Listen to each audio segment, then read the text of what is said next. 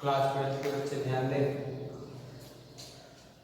कि हम जो चैप्टर आनुवंशिकता कर रहे हैं उसमें हम मेंडल के तीन नियमों को पढ़ चुके हैं। उसका संकरण, जीनोटाइप, फिनोटाइप, अनुपात ये सब देख चुके हैं, पढ़ चुके हैं। उसके बाद हमारा अगला टॉपिक है कुछ प्रभाविता से संबंधित। तो हमारा आता है अपूर्ण प्रभाविता। मेंडल ने जब प्रभाविता के नियम का प्रतिपादन किया तो जानते हैं कि सबका एंटी एक होता है। तो मेंडल के नियम को गलत करने के लिए या गलत साबित करने के लिए कार्ल कोरेंस नामक वैज्ञानिक ने एक प्रयोग किया। वो मेरीपिलस जलापा नामक पौधे पर, तो उन्होंने पाया कि मेंडल के पूर्ण प्रभाविता के नियम को फॉलो नहीं करता। अर्थात ये कह सकते हैं कि मेंडल के प्रभाविता का नियम या पूर्ण प्रभाविता का नियम सभी जगह सही नहीं होता है।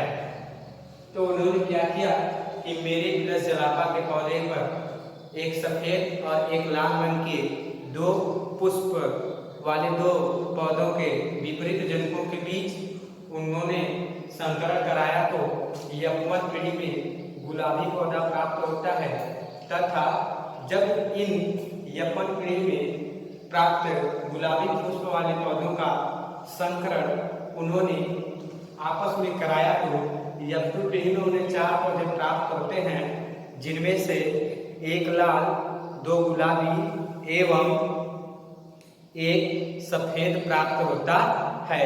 अर्थात यदि मेंडल के पूर्ण प्रभाविता के नियम को फॉलो करता तो यौवन पीढ़ी में 3 संबंधित 1 के अनुपात में पौधे प्राप्त होते, जिनमें से 3 पौधे लाल रंग के तथा 1 सफेद रंग का होता। परंतु ऐसा नहीं होता है। उन्होंने देखा कि इनमें जो अनुपात प्राप्त हुआ है फिनोटाइप या जीनोटाइप वो दोनों बराबर ही हैं। अर्थात 1 संबंधी 2 संबंधी 1 के अनुपात में प्राप्त होता है। मतलब एक पौधा लाल पुष्प वाला तथा 2 पौधा गुलाबी पुष्प वाला तथा 1 पौधा सफेद पुष्प वाला प्राप्त होता है। तो आइए हम संकरण के माध्यम से उसको देखते हैं। देखिए उन्होंने किया क्या कि उन्होंने एक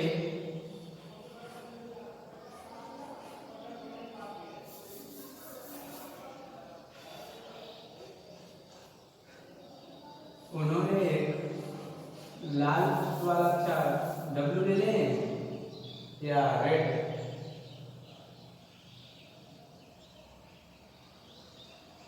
चलिए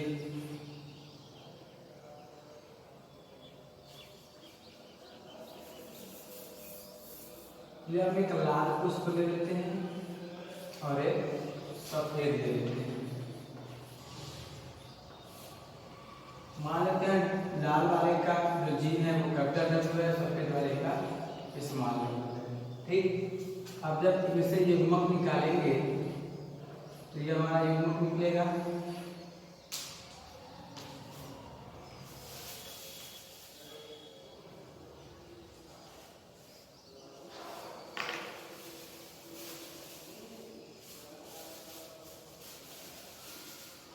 और जब इससे युग्मक निकालेंगे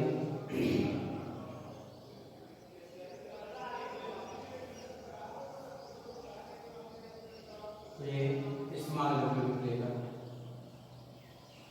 अब हम इन दोनों का संकरण पाएंगे तो ये हमें कैपिटल डब्ल्यू और स्मॉल डब्ल्यू प्राप्त होंगे,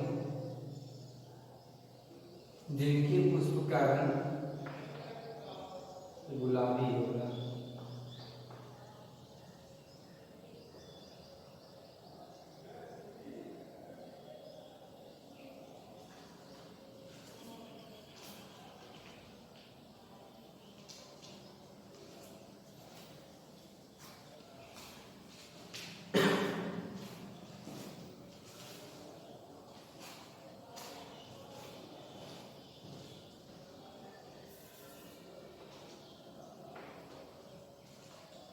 ठीक,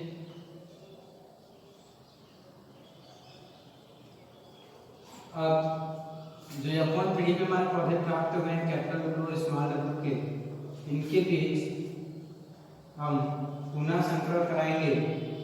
देखिए इनसे दो प्रकार के युग्मक निकलेंगे। अब इनका जब हम संकरण कराते हैं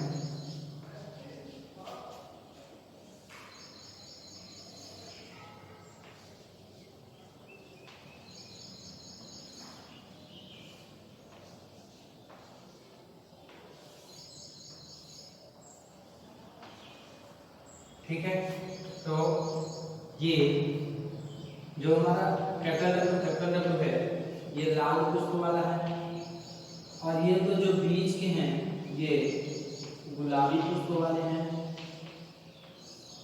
और ये जो है सफेद पुष्प वाले हैं। ठीक है, इनका जो जीनोटाइप अनुपात है वह 1:2:1 है तथा फिनोटाइप अनुपात भी 1:2:1। ठीक है, यह हमारे अपूर्ण प्रभाविता में होता है। अगर यहीं पर अगर कैपिटल W स्मॉल w पूर्ण रूप से प्रभावी होता तो पौधा लाल होता, परंतु पूर्ण रूप से प्रभावी नहीं है, इसलिए इसको अपूर्ण प्रभाविता कहते हैं। अब आगे आ जाइए, हम अगले टॉपिक की तरफ चलते हैं। हमारा जो अगला टॉपिक है वो है सहप्रभाविता।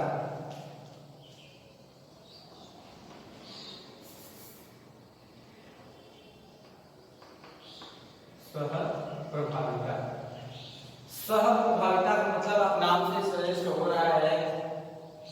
सह माने साथ, प्रभाविता माने प्रभावी होना, एक साथ प्रभावी होना।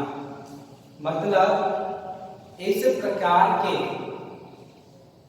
या इस प्रभाविता के अनुसार जब संकरण होता है तो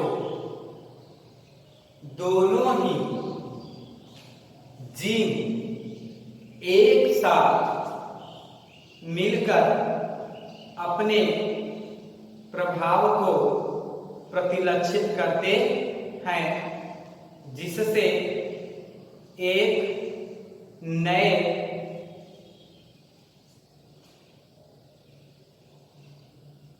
जीन की या एक नए लक्षण का उत्पत्ति होता है। यह हमें देखा गया हमारे ब्लड ग्रुप में कि ये दोनों ही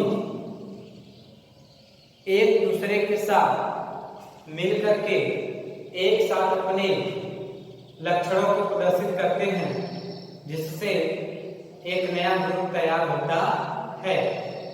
जैसे में हमारा ब्लड ग्रुप ए एवं ब्लड ग्रुप बी है, तो जब ये दोनों एक साथ अपने प्रभाव को प्रतिलक्षित करेंगे तो इनसे ए बी ग्रुप तैयार होता है।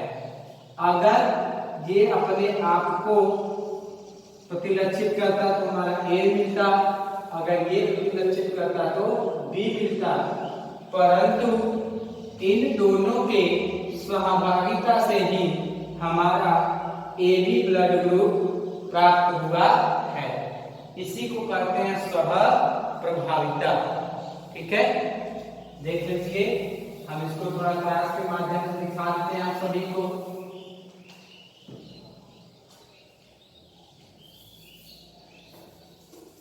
देखिए, जैसे हमारा ए है और बी है, ए के पास जो जीन होता है आई ए, ये होमोजाइगस है या होमोसियस है, और ये आई बी। जब इनका संकरण होता है, देखिए आई ए के साथ आई बी आएगा, फिर आई ए के साथ आई बी आएगा, फिर आई ए के साथ आई बी आएगा, फिर आई ए के साथ आई बी आएगा। देखिए ए और बी मिलके ए बी बनाएंगे, इसमें मतलब ए बी मतलब जितने भी संतान है उनका ब्लड ग्रुप क्या है, ए बी है।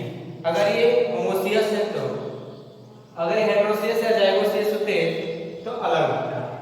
ठीक, अब इसके बाद हमारा आ जाता है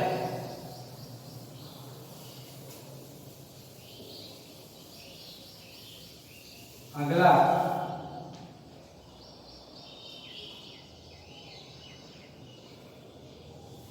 हम पढ़ लेते हैं इसमें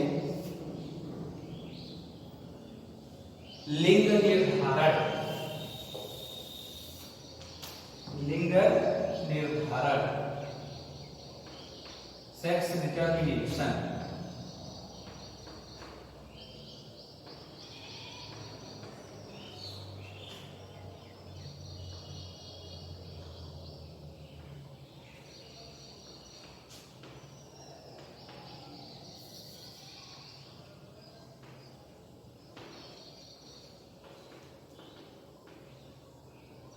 सेक्स डिटरमिनेशन।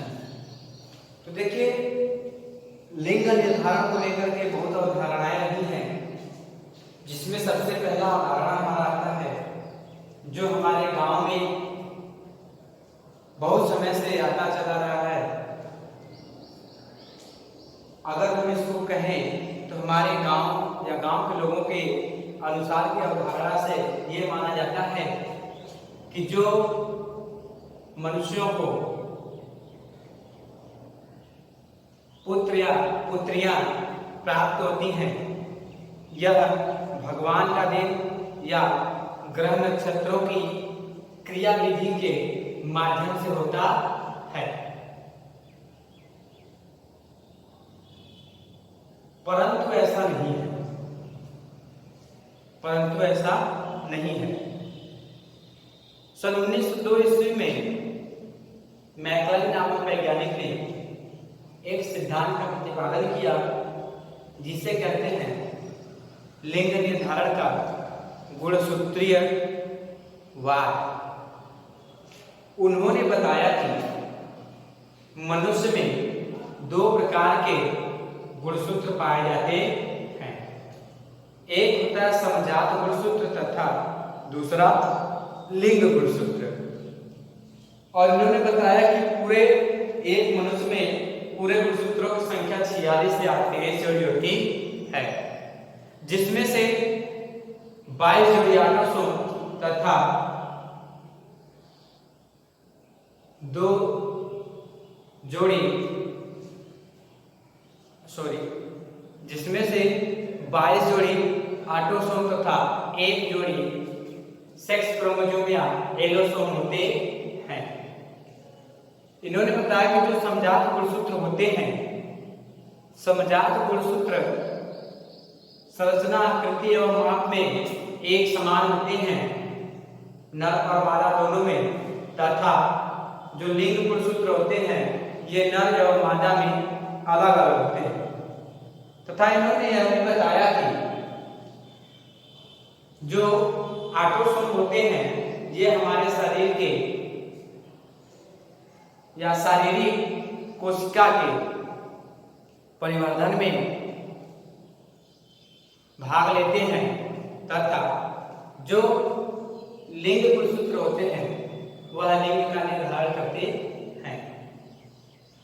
इन्होंने बताया कि मनुष्य में नर के पास XY गुणसूत्र तथा मादा के पास XX गुणसूत्र होते हैं, तथा जब पिता का X क्रोमोसोम माता के X क्रोमोसोम से संलयित होता है तो आने वाला संतान पुत्री होती है तथा जब माता से एक्स क्रोमोसोम तथा पिता से वाई क्रोमोसोम का संलयन होता है तो आने वाला संतान पुत्र होता है। इन्होंने ऐसा बताया।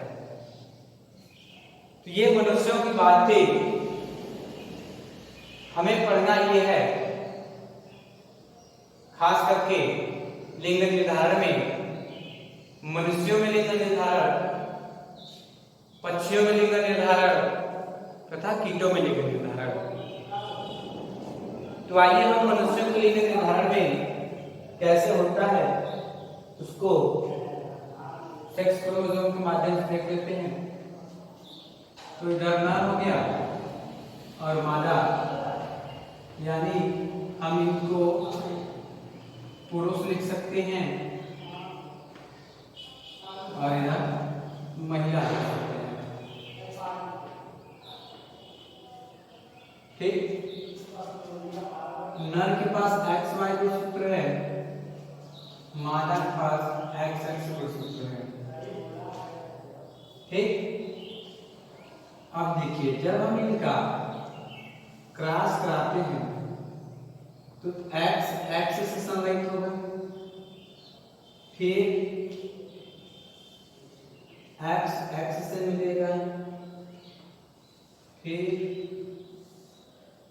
एक्स वाई से मिलेगा, फिर एक्स वाई से मिलेगा। ठीक है, तो इसको देखिए, इन दोनों में इसका गुणसूत्र मादा से मिल रहा है, महिला से मिल रहा है, तो क्या होगा? पुत्री। और इन दोनों को देखिए, इसका नर से मिल रहा है पुरुष से, तो ये क्या होगा? पुत्र। ठीक, ये ऐसे होता है मनुष्य में लिंग निर्धारण। अब आगे हम चलते हैं, पक्षियों में लिंग निर्धारण करते हैं।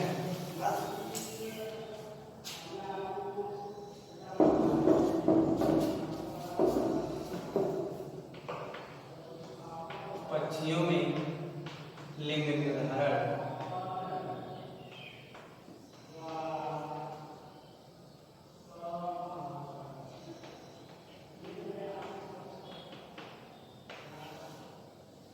देखिए पक्षियों में लिंग निर्धारण पढ़ने से पहले हमें ये जानना होगा कि पक्षियों में गुणसूत्र कितने प्रकार के होते हैं।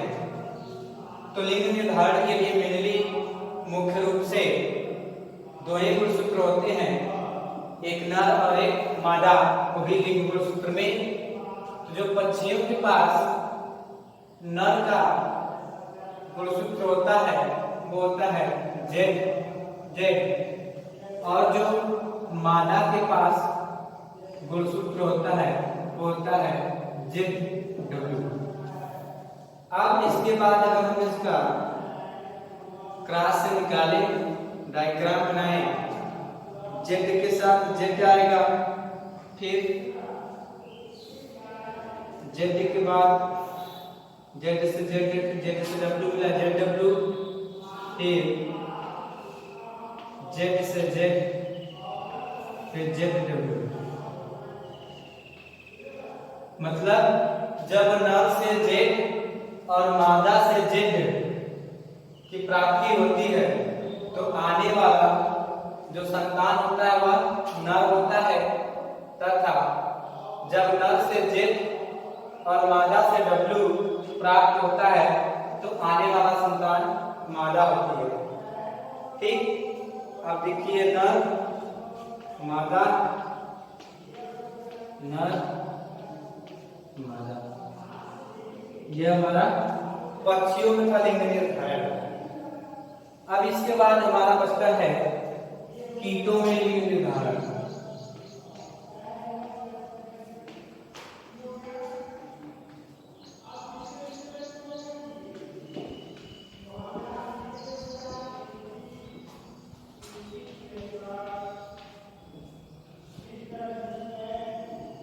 कीटों में लिंग निर्धारण भी लिंग गुणसूत्र के माध्यम से होता है, परंतु कीटों में जो गुणसूत्र होते हैं इनमें भी दो लिंग होते हैं, नर और मादा। तो जो नर के पास गुणसूत्र होता है वह X0 होता है तथा जो मादा के पास होता है वह XX होता है। अगर हम बात करें इनमें युग्मक निर्माण की, तो जो मादा होती है इसमें युग्मक का निर्माण मियासिस के थ्रू यानी प्रागसूत्री विभाजन के माध्यम से होता है, परंतु जो नर होता है वह सदैव ही अवलित अंडे से बनता है, अर्थात इसके जो युग्मक बनते हैं इसमें भी मियासिस के थ्रू ही युग्मक बनेंगे, परंतु वो मादा के लिए होता है। मगर नर के लिए हमेशा द्विगुणित होता है, अर्थात जो नर है वह अगुणित अंडे से या अनिषेचित अंडे से बनते हैं।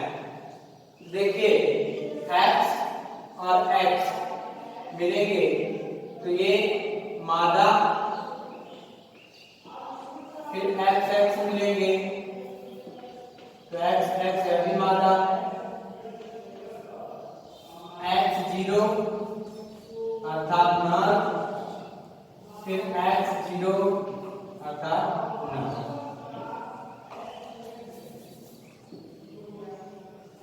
ठीक है, तो ये हमारे कीटों में लिंग निर्धारण था।